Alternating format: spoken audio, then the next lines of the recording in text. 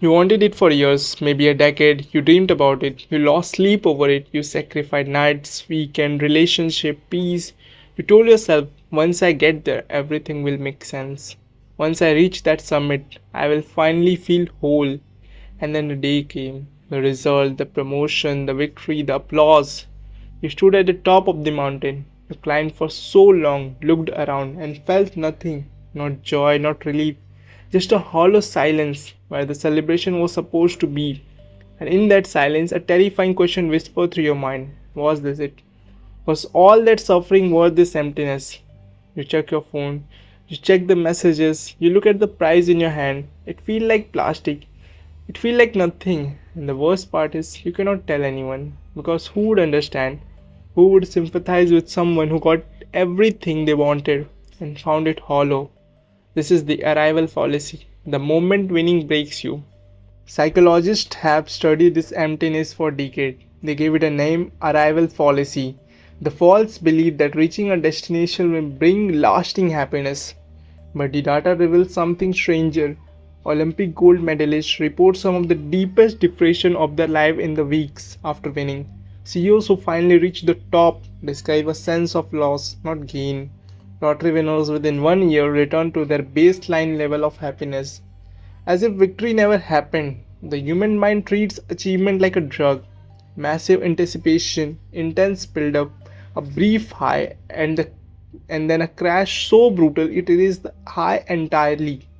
The mystery is not why we fail, the mystery is why winning feels like losing, why the trophy feels heavier than the climb, why the thing that was supposed to fix you only reveals how broken you already were.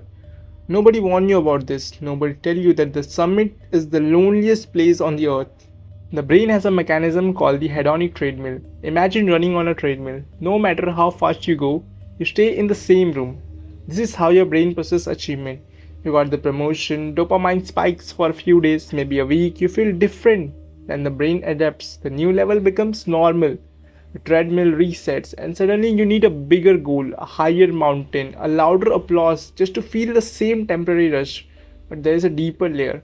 When you chase a goal for years, you build an identity around the chase. You become the striver, the hungry one, the fighter. When the fight ends, your identity collapses. You do not know who you are without the struggle. The enemy that defends you is gone. The mission that gives you purpose is complete. And in that vacuum, the real demons emerge. The ones you outtrained by staying busy. The question you silenced with ambition. They were always there, waiting. Winning did not create the emptiness. It simply removed the noise that was hiding it. Here is what no victory speech will ever admit. The mountain was never the point. You climbed it because someone told you to. Parents, society, the voice in your head that said you were not enough. You thought the summit would silence that voice. But the voice does not live on the summit. It lives inside you and it climbs with you. Every step, every achievement, every victory. It was always there, whispering not enough, not enough, not yet. The dark truth is that external success cannot heal internal wounds. A trophy cannot fill a void carved by years of conditional love. Applause cannot replace the self-worth you never built. The stick figure on the mountain sits alone, trophy in hand, watching the sunset over everything he conquered. And he realized with the cold clarity that he did not conquer anything, he just reigned. And now at the top of the world, there is nowhere left to run. Maybe the emptiness after winning is not a curse. Maybe it is a gift, a brutal, necessary gift. It stripes away the illusion that the next achievement will save you. It forces you to stop climbing and start looking inward.